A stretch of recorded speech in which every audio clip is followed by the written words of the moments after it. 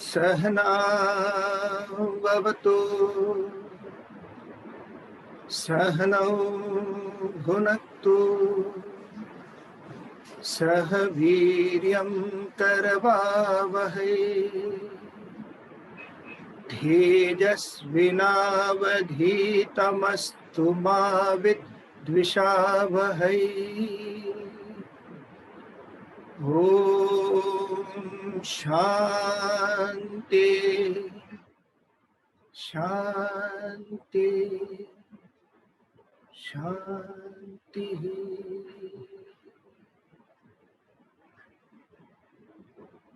Om, may He protect us both. May we both enjoy together. May we both exert together. May our studies become brilliant. May we not become disputatious and hate each other. Om, peace, peace, peace. Hari Om everybody to our Bhagavad Gita classes. So I was just flashing back in my younger days. I'm still young, okay, but I'm talking about much younger days. And around 18, 19. So busy with my life of playing cricket and football and tennis and constantly playing.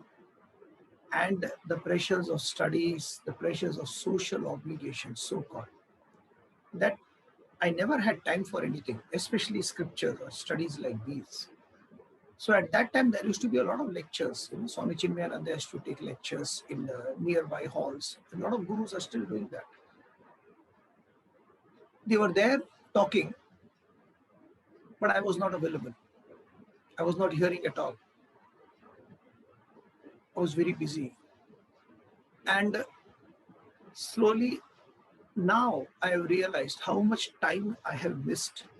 If I had only heard some of these great lectures talking on the great Upanishads or the Bhagavad Gita by the great masters, still there. Vedanta Academy is founded in 1988 and I joined it in 95. So we are talking about I lost 7 years there. Every time knowledge. So what happens is whenever anybody is in dire stress or tensed up in life, we always have this thing of saying that actually, there is no proper teacher. Nobody teaches us how to go about it, which is not the case. It's not the case. The main thing here is, do I want the knowledge? At any given point of time in any city, you take a place like Mumbai, so in that kind of a city, at every given point of from morning to evening, around 7 o'clock, around 30 to 40,000 satsangs are going on. Satsangs means spiritual studies. And yet, there is a dearth of people to attend to. Hardly anybody is there. So knowledge has been flowing. It's like the river Ganges. It's flowing constantly. Constantly it is flowing. But how do I know which one is the right thing for me?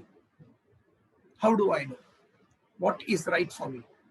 So at every given point of time, there is this path. Just a minute, there is something happening with the video here. There is this path of going towards knowledge, but it is there everywhere. I can't see. Knowledge is there everywhere, but I'm not able to see. And even if I land up with some teacher, to tell you frankly, sir, no teacher is perfect. Everybody's got some problems. There are people who have come to our institution and have found problems with our teacher. They're there everywhere, because when you look at them, it's a different way of looking at it. The impurity is not in the student, the impurity is in the teacher. So knowledge is flowing right, left, and center. Hardly anybody knows where to take it. Point number one. because there is no particular institution for anything. If I want to become a doctor, then there is actually a college affiliated to that. I do my 1 year, 2nd year, 3rd year, 4th year, whatever is the requirement, and then I become a doctor. There are institutions to become a doctor. If I choose to become an engineer, there are institutions which push me towards becoming an engineering, electrical engineer, electronics engineer, computer engineering, everything has a system, a schedule of programming to reach that particular end. So I want to become a doctor, I go to a medical institution. I want to become an engineer, I go to an engineering institution. I want to become a spiritual person. Which is the institution we go to? Because there's a question mark everywhere. Should I go to a temple? And if I go to a temple, what are the politics of getting inside the temple? If I go to an institution, such institutions, all the spiritual institutions, they are earning crores and crores of rupees, really. There's no use going. A majority of them are selfish. You go anywhere, whether it is temple or churches or mosques or gurudwara, whatever you name, you feel that they're all taking advantage of us. So there is no acclaimed institution which says that you join us and I will give you spiritual studies.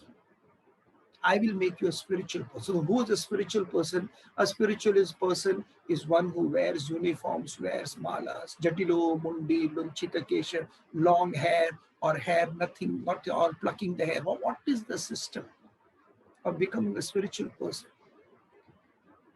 Arjuna is asking this question. We have done this verse. I'm just repeating it for brevity's sake. Arjuna is asking the question, who is a perfect person? Sita prajnasya ka bhasha. Who is the perfect person? How does the perfect person behave? How does he walk? How does he talk? Krishna gives this beautiful answer. Prajahati yada kaman sarvan partham adodata. That person who has given up desires from his mind. I have to do this. I am the one doing it. I need all these I factors need to be eradicated. Now I don't want anything for myself. Then how come you are living a life? Atmanne atmana tushta, constantly thinking about the self, contented in the self, complete self-reliance, self-sufficiency. So there is no particular institution. An institution or the teacher will come. So this verse, what we are going to do, is what teaches us who the perfect student is. What should be the qualifications of such a person? Otherwise, we will not understand. We will go, by accidentally we go and listen to people. Sheer accident. And by chance, if you land up with a particular teacher, a proper teacher who's communicating to you, in any way is trying his best or her best to teach you, so that the only focus is you should sleep happier than what you were yesterday. If the teacher's only goal is that, then the student achieves it.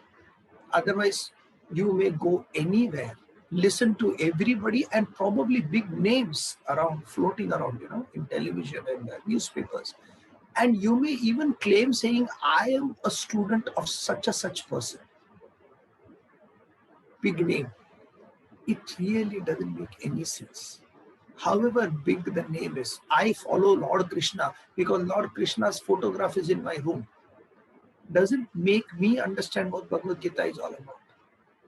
Blind adherence to deities and personalities is no way to become a spiritual person. If the great mathematician Ramanujam is giving lecture in an auditorium, and in that auditorium, he has called all the students who belong to the physics subject, who are into advanced physics, and they are the one listening to Ramanujam talking in physics, about physics. If you and I go there, sit there for 10 minutes, we will have no idea what the language is all about. It's impossible. We will not understand anything. Exactly the same way, when we go to spiritual institutions, listen to different masters who are not attuned, or we don't attune to them for that matter, we will not understand anything, because groundwork is not prepared. And what is the groundwork? Groundwork are the qualities what a student should have. If these qualities the student doesn't have, however good the teacher is, however vocal the teacher is, however genuine the teacher is, the transaction of knowledge from one to another will not work. That is why so many people have heard Vedanta lectures by various people. They go everywhere. I had a student who said that, sir, we listen to you also. We listen to that person also. We listen to this lady also. We listen to 6-7 people, 6-7 satsangs we listen. I told them specifically, don't listen to so many. I'm not saying listen to us, listen to me. No, it's not that. You pick up somebody, caters to your evolution, and stick to that. Don't listen to others. Don't become what the coinage of the term is, professional satsangis. कान पवित्र कर रहे सिर्फ, कान पवित्र कर रहे सिर्फ, नहीं, don't become that. You look at everybody, fix one person, whoever it is. It really doesn't matter, because all the path, next verse is that way, all the path lead to the same destination. It really doesn't matter whom you listen to. But if you don't have these qualities, then it is water on a duck's back. It will flow off. And then you will view each and every moment, because you'll say that I have been attending lectures for 6 years, sir, for 10 years. So how long you have been a Vedanta student? 15 years. But yet, sir, I am still disappointed. I'm still agitated. पता नहीं रात को क्यों नींद नहीं आती, पता नहीं ऐसा क्यों होता है, पता नहीं मैं स्ट्रेस क्यों. All that पता नहीं is because you don't have these qualities. You are listening, but after listening, nothing is happening. So everybody needs to have this. This verse is very important. I'm going to do only this verse in this class for a simple reason, that this is the only verse in the Bhagavad Gita which gives qualifications of who should be a good student. So if the good student doesn't have these qualities, the person is not a good student. They may listen and get a little bit of information. That's also that you can show off in the society, but the transformation will not happen.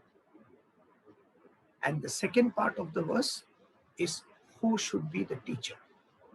Qualities of the teacher. Now the problem is when we say qualities of the teacher or qualification of the teacher, most of the worldly people, we go behind what is the academic qualification of the person. So a person is spiritual, but if before my name, it is the name of some brahmachari, some Ananda, then the pull is more. If I wear a different kind of a gown, a different getup, a different makeup, the pull is more. If I have a huge institution behind me, the pull is more. If I have before my name Dr. So-and-so, and so much I have qualified, and I'm LLB, and I'm even that has a, you can milk that too. Spirituality has nothing to do with any of these things.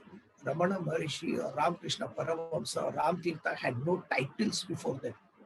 The great master, guru, or whatever be the name, I don't want to get into. All that titles are not, the titles are given by themselves. The names are given by themselves. This is not it. I will show you, says Krishna, not me. I will show you who should be the right student and who will be the right teacher. So we just chant this verse. It's a very, very famous verse, and only one verse which qualifies the student as well as the teacher.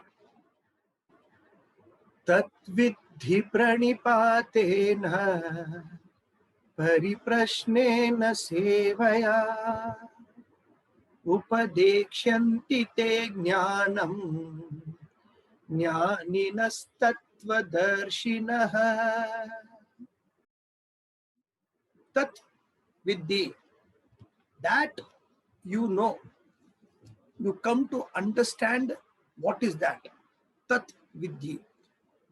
Viddhi is that you know. Actually, viddhi means you come to understand by yourself. What you have to understand. Who is this? What is the understanding? That reality. Information is different. Jnanam is different than bodha. Atma Bodha is a textbook by Shankaracharya. In that, Atma is knowledge, the self within. Bodha means experience of that self. Experience. So one is knowledge. I know, sir, I know this. What do you know? See, we are made up of body, mind, intellect, and we have assumed ourselves to be body, mind, intellect. But actually, we are not body, mind, intellect. We are self. But when we don't know we are self, we assume myself to be the body, mind, and intellect. Body is just this compartment. Mind is just emotions, likes and dislikes. And the intellect is reasoning, discrimination, demarcation, and judgment. When the intellect fixes a higher goal in life to move into a better place, be a good person, automatically the mind should follow and the body will follow. In that way, the body will be ever fit, the mind will be ever agile and deconditioning itself with all the desires and all the nonsense junk around, and the intellect will propel you towards the higher. At the highest level, you'll find out that you are the self is nothing else. It took 5 minutes. And this is video recorded. So you say, sir, I know now what Vedanta is. It's so simple. It's kitna easy hai. Yes, knowledge. But you don't know. Talking about eating a rasagulla, a gulab jamun, a cake, a particular brand of ice cream, talking about it, that it tastes like this, and this is the way it is very much different than actually experiencing. There are people talking about love, expressing themselves in the name of love, but they have never been in love. Because when you are in love, you really know what love is. We talk about how to live life, write poems about it, but we never know what is life. Live within that system of life, understand that, really being happy, irrespective of whatever happens around you. That you learn, that truth you learn, understand, come to understand. How? These are the qualifications. Tat viddhi, one qualification. Pranipatena, second qualification. Pariprashnena, third qualification. Sevaya. You are the self covered at present, seemingly assuming yourself to be the vestures of body, mind, and intellect. Assuming and seemingly understanding yourself to be body, mind, and intellect. Body is a compartment, a junk. It takes you from place A to place B. Mind is full of emotions, and intellect are the intellectual ideas and ideologies about the world and beyond. All the three should be fine-tuned. What should be the fine-tuning? Sevaya, with the physical body. Do seva. What is the meaning of seva? Seva, so I do, sir, in my house. I with a lot of housewives. When I work in the house, I dedicate myself completely to everybody. Complete seva bhav. But after doing all the seva, living in the family for 20 years, 30 years, 40 years, yet there is no respect, sir. कितना सेवा करेंगे फिर भी कोई फर्क नहीं पड़ता है. That is not seva. Seva bhava is the emotion of seva. You are serving everybody. Please watch a movie called Life is Beautiful. We in the classes we do that, so it's one of the movies. In that movie, Life is Beautiful, there is a scene because the hero is a waiter in a hotel, and his uncle is the supervisor. So the uncle calls that boy and says, "Okay, tell me how do you serve this item, that item?" And he gives some kind of a test. And then he says, "Okay, when the customer comes, how do you bow?" So he says that I can bow, no, go to all 180 degrees, just making fun. But can you tell me, uncle, how much should I bow? Uncle gives this beautiful comment. He says, bow as much as possible, bow as much as possible, but don't bow so much that your back breaks. Remember, to serve is divine. Service is the act produced by the Supreme. It is the Supreme that serves, but never become a servant. Once we understand the differentiation, the distinction between what is it to serve and what is it that has made me a servant, you will understand life. When you are serving somebody, you are doing it because you love it. It makes you more humble. You are not somebody big when you just do something for somebody. It makes you humble. You look at divinity and says, "My God, it's so beautiful," and you try to do something for somebody. This is serve. Servant is when you are doing it under compulsion, when you are doing it under fear. So with the physical body, serve the world.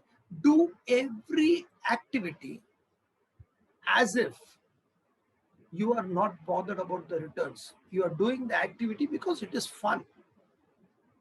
What is the difference between working and hobby? When somebody says, "Sir, I am working," the face becomes so, "I'm working, sir.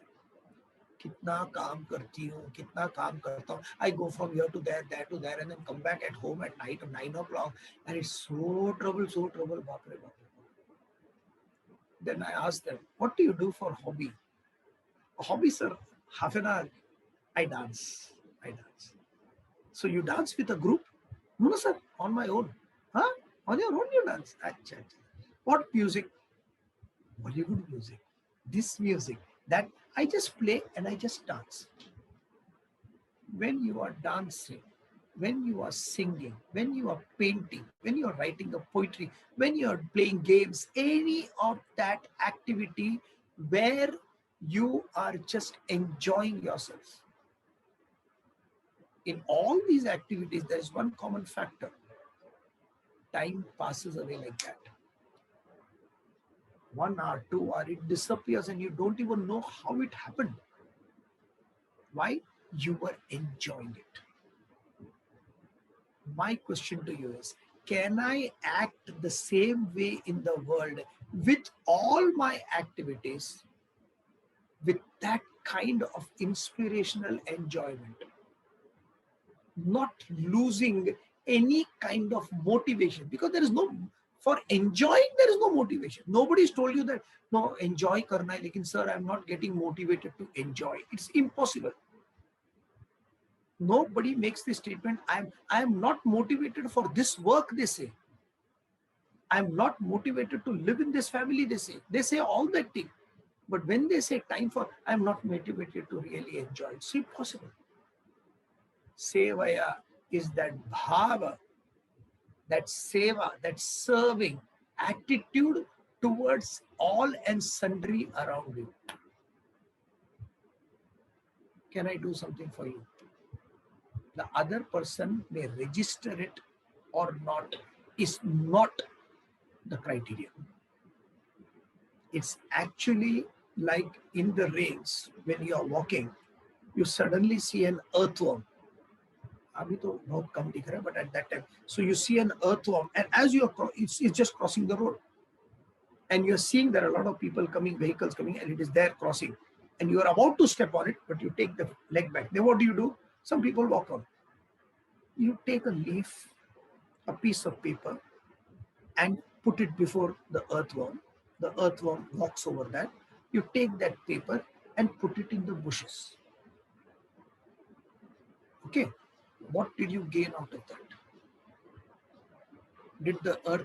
Did you expect the earthworm to look back and say, thank you very much for saving my life? I did not know what was happening. No, this is what I do, and off I go. Whether it reaps a benefit or not is not the criteria. Geo or Jine do, let the other person. So there's this quotation in English language: live and let live. In fact, it should be ulta. Let the other person live, you will live. Because now there is no confrontation with the other person. The other person only confronts when his likes and dislikes and his or hers, my likes and dislikes clash. I have certain opinions of how to live a life. They have certain opinion of how to live a life, and therefore the clashes. But when you are a spiritual person, there are no clashes. You don't hold any opinions. You love everybody as you love yourself. This is true value of seva. Sevaya. So this is by physical body, you do whatever you can.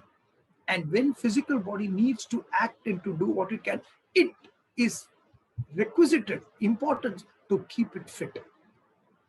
Because if the body is not fit, you'll not be able to perform in the world. So the first thing, fitness. Somebody went and asked Vivekananda, I want to become a spiritual person. Can you just tell me how to become a spiritual person? He simply told that boy, go and play football. It's a very famous quotation. Go and play football means do some activity, go and play some sports. Don't talk like this. It is always better to be productive in the world rather than sitting in the seat of meditation pretending to be a realized soul. Activity. Sevaya, the first qualification a student should have. The second qualification, pranipatena, surrender. This is the qualification of the mind. Surrender to what? Surrender to the higher. We have this beautiful, we always surrender to the higher, and everybody says, okay, surrender. The majority of the time, olden times, there used to be a man walking on the streets, and they had this kind of a tabla around their neck, and behind them would be a cow, and that cow would have one limb hanging from somewhere with the chandan and tilak and all that on that cow, and that man will be and whenever anybody passes, that man has a music, so he does bugu bugu bugu bugu bugu, and as soon as he does bugu, the cow does this, acknowledging. So the other person coming from across, he feels that he's acknowledging him, and they pay some money. A majority of the students surrender. Yes, surrender what? To the higher. Bugu bugu bugu bugu. Higher means what? Higher means, go to a temple and serve. Take the idol of Rama and serve. Take the idol of Krishna and serve. Go to the temple, and all these things are different attitudes of service. But what is the real meaning of surrender? What is the real meaning? Surrender to the higher meaning. What is the higher? At every given point of time, I want to be happy. Supposing you take me personally. Why am I talking? Because this knowledge helps other people. Perhaps out of 60 people, 70 people, or 500 people listening, it may appeal to one person to change his or her pattern of life so that it becomes better. But why am I doing it? Because I find happiness. If somebody else is happy, I feel good. I feel happy. So what bottom line comes to what? My happiness. I choose not to attend the class. Why? Because I feel happy without it. I get into this relationship because I am happy. Love marriage, sir. I want to get out of this relationship. Why? Hate marriage. Now love has become hate. Everything changes. Every attitude changes. One man was talking to the other man, and that man was saying, Bachpan se, I have always been a lion, a sher. I have always been a lion. Very free. doing everything, whatever I need to, like a man. And you know what? Something rare happened. Even after marriage, now I'm married for 8 years. Even after marriage, I am a lion. I was a lion then when I was a bachelor. I am a lion now when I'm married. This is very good. The other friend says, "Kya baat hai yaar? To maintain the same thing even now after marriage, nothing happened. Nothing. Still I'm a lion. The only difference is before I was a jungle lion. Now there is a Durga Mata riding on this lion. That's all is the difference. Changes. So what is the surrender? Surrender is towards the higher, towards my happiness. When I am dependent, now I'm explaining what is higher. Okay. When my happiness is dependent on any object or being in the world, then that happiness is conditioned happiness, right? If I have money with me, I am happy. If I don't have money with me, I am not happy. If I have a particular relationship with me, I am happy. If I don't have that relationship, I am not happy. So all the happiness which is dependent on external objects and beings in the world is conditioned happiness. And I have been experiencing only that till now. Now, with spiritual studies, understanding what life is all about and taking aspects of external world and studying them properly, looking at my inner world of mind intellect, I have understood that the more I detach from the external world, the more the dependency on the objects and beings of the world go down, more I experience objectless happiness. So, my ultimate happiness, spiritual evolution, is where whether the objects are there or not there, whether the people who are there or not there, whether the relationships around are there or not there, irrespective of any change that is happening around me, yet I remain happy, blissful. So when the dependency on the external world is not there, I am happiest. That is the higher idea. And when you reach in every experience that you are enjoying the world, being with everybody, but even if something happens, you are still the same. You look out for solutions, try to deal with things, but you are the same. Nothing external can damage your internal peace and bliss. Nothing. That's right at top. I am supposed to be happy 24/7. There is non-negotiable statement. It cannot be negotiable. My happiness is the heart. And from there springs everything. So that is the highest ideal, higher ideal. Surrendering to that, what will bring me that? And when you, what will bring at present, I'm sitting and crying constantly because I am focusing on my life only. My husband, my wife, my children, that is all lower. Focus is to shift from all that, not the activity, not the responsibility.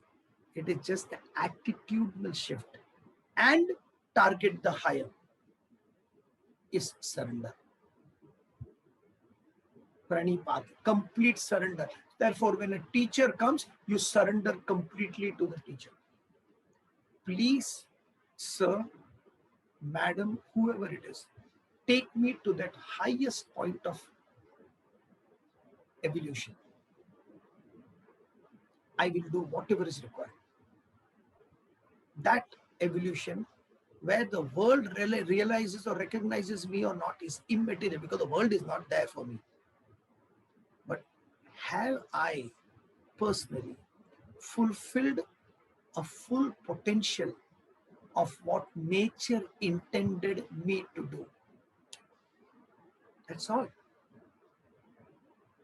Pranipatena, complete surrender.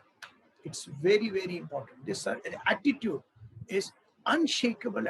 Do you have faith that Vedanta can change? I had the faith.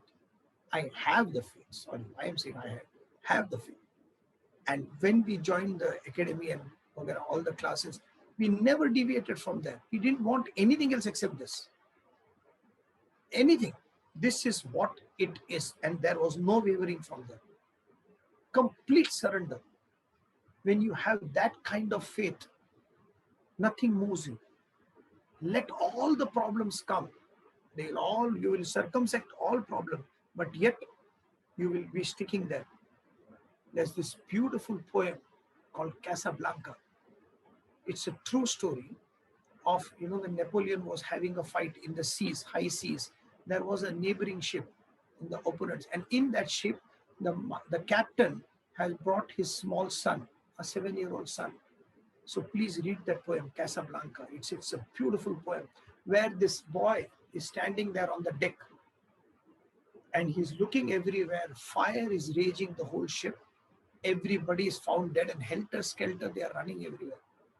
And he's standing on the deck because his father told him not to move until I come. Not to move until I come. So he's standing there, chaos everywhere, and he's saying, Father, I'm getting frightened. Should I leave my post? But there is no sound because he doesn't know. His father is dead below. He is dead below. In the one cabin he died. He doesn't know, but he's standing there. And then the father, will you tell me my job is done? Can I go? And the fire keeps on coming. Ultimately, he can feel the fire in his breath. He said, Father, should I stay? At that time, the fire completely engulfs him. And the brave boy dies. It looks like utter foolishness. But what a quality of faith on what the father said. Stay there. This is what the Bhagavad Gita says. You don't have to worry anything. All your troubles can be disappeared like this, provided you have faith. Pranipatina, complete surrender. Whoever is teaching Bhagavad Gita, but not blankly. No, you have to, if you want to study Bhagavad Gita, no, you have to do this. No, don't listen to all that. Use your own head. Pariprashnena, inquiry. Inquiry constantly in that higher being. Acha, there is something called the self, supreme self. Okay. And there are these great masters who say that they have achieved it. Acha. Then what is the way they went? Forget about the mannerisms, how the body looked. Did they do fasting? Did they not do fasting? Were they eating, not eating? What were they eating? Were they eating vegetarian or non-vegetarian? All this is this gumshoe. It doesn't make any sense. What kind of a mentality these giants had? What kind of a mind, a personality these giants have, that when they are talking, there is so much conviction. It's because they are not talking about knowledge. They are talking what they are living. From where does they get so much conviction? By studies. We are also studying. Then why it is not happening? Maybe the inquiry, there's something wrong. I'm still stuck with the world. I still think the world is permanent. I still think the world has power over me, to agitate me, to stress me.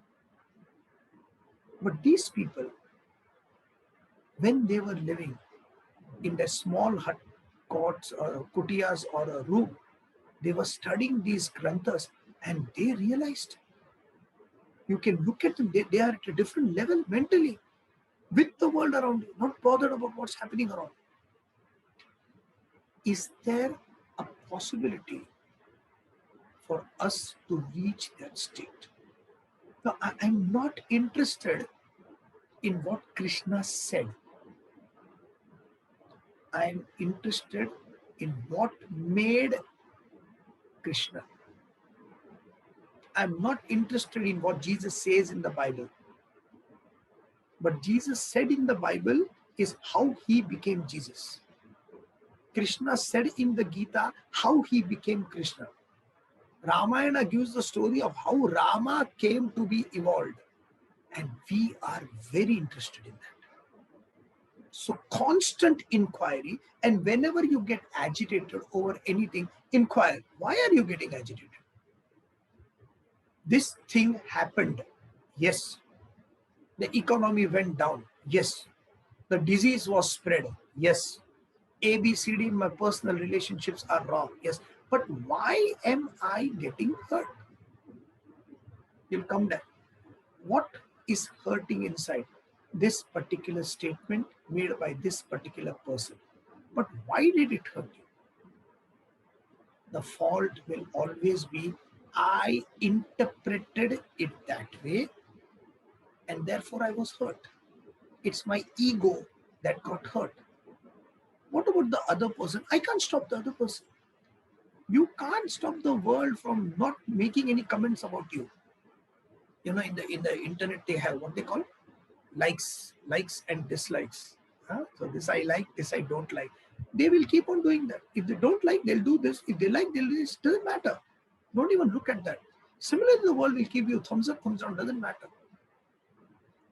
Somewhere down the line, I am hurt. And with inquiry into why am I getting hurt?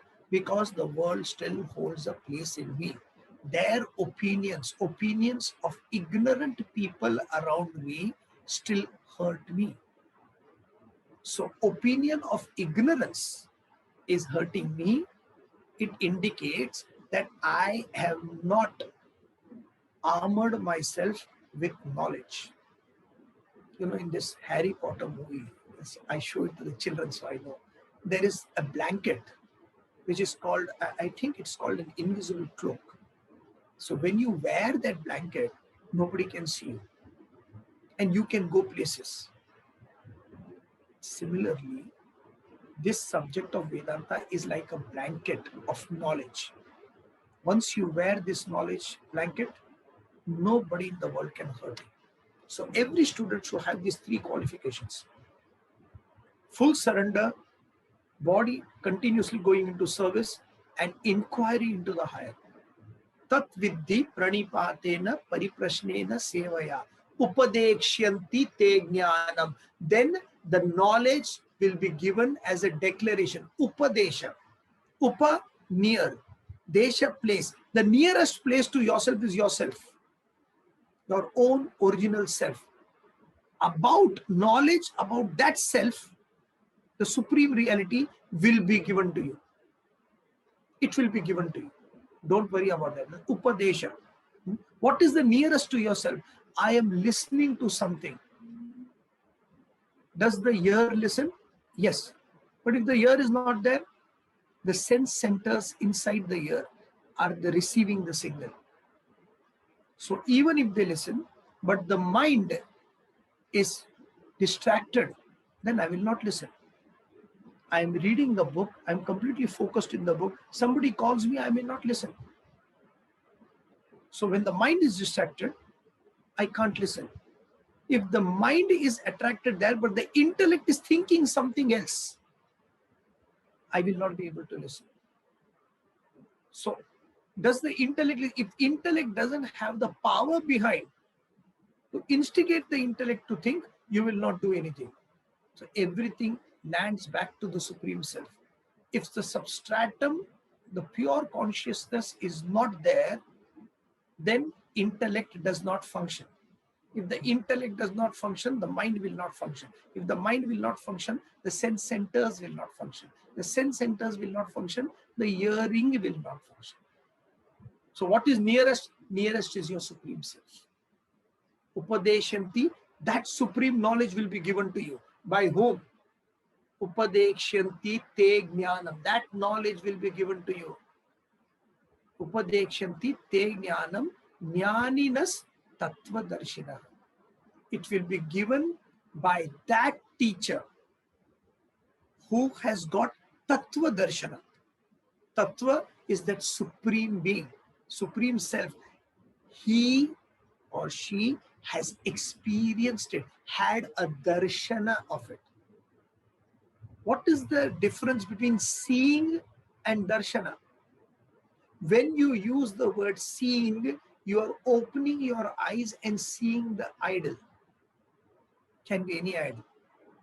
You're opening eyes and seeing the world. You're seeing it. It's outside. Darshana is inside. So a jnani who has had this darshana of that tattva will come and teach you. Yes, sir. But we have not yet found anybody who has that kind of darshana. I'm sorry to say, students, you will never come to know, because we still have classes of likes and dislikes. So we will view everybody according to our likes and dislikes. So that kind of a jnani who has experienced the self in whatever percentage. So if he's experienced a 30% of that supreme reality everywhere, then he has experienced 30%. He is happier by 30% more. And that unraveling of the 30% is what he or she will educate you. Then when you unravel more than that, you will find a commensurate teacher accordingly. Such a jnaninas tattvadarshinaha will come and teach you. You don't worry. In fact, once you are qualified, you don't need to go anywhere. You don't need to. The Dhruva was a boy of a king, and the king married again, second time, and he had another stepson. So he put that younger boy on his thigh, and Dhruva wanted to come and sit on the other thigh of the king. So the stepmother, what she did, she removed Dhruva away and said, "This is not your father. You go." So he went to his mother and said, "Mom, I thought dad is mine also, but then he is not mine. Then who's mine?" The mom was intelligent enough not to fight. She said that your God, your father is Lord Vishnu. So Dhruva goes into the jungle and starts meditating. Om Namo Bhagavate Vasudevaya. Om Namo Bhagavate Vasudevaya. And when he's chanting all this, he's getting a lot of temptations around. He doesn't open his eyes. Ultimately, the story is Lord Vishnu comes, Chaturbhuj Lord Vishnu comes before him with Shankar, Kaunch, Gada, Chakra, and Padma. He comes before him and says, "Dhruva, my son, your father has come. You can open your eyes." Dhruva still doesn't. He closes his eyes and says, "If you are really Lord Vishnu, then you can come in my heart. I don't want to open my eyes." This is darshan, not opening your eyes and see. Within itself, दिल में है तस्वीरें यार, जब जरा गर्दन झुकाई देख ली. दिल में है तस्वीरें यार, जब जरा गर्दन झुकाई. Why? I don't need to go anywhere. I know where God is. I'm looking at it. Finish. हो गया. Don't miss anybody. Why? Because everybody is here. When you qualify yourself with these three qualifications, you don't need to seek a teacher. You don't need. Seriously, I'm saying. You just qualify yourself with this. You will get knowledge right, left, and center through human beings or otherwise. There is this beautiful text called Avadhuta Gita, where this Avadhuta sannyasi who's roaming around, he has 24 teachers from the world. He's learning from the sun, he's learning from the earth, he's learning from the python, not to run behind things and beings in the world. He learns from you become a student, you become a sponge, gathering in more and more knowledge immaterial of what others are doing. You don't have one group, you have every group. Divinity is everywhere. You just have to learn your lessons. You learn a lesson from a squirrel, you learn a lesson from an insect, you learn a lesson constantly.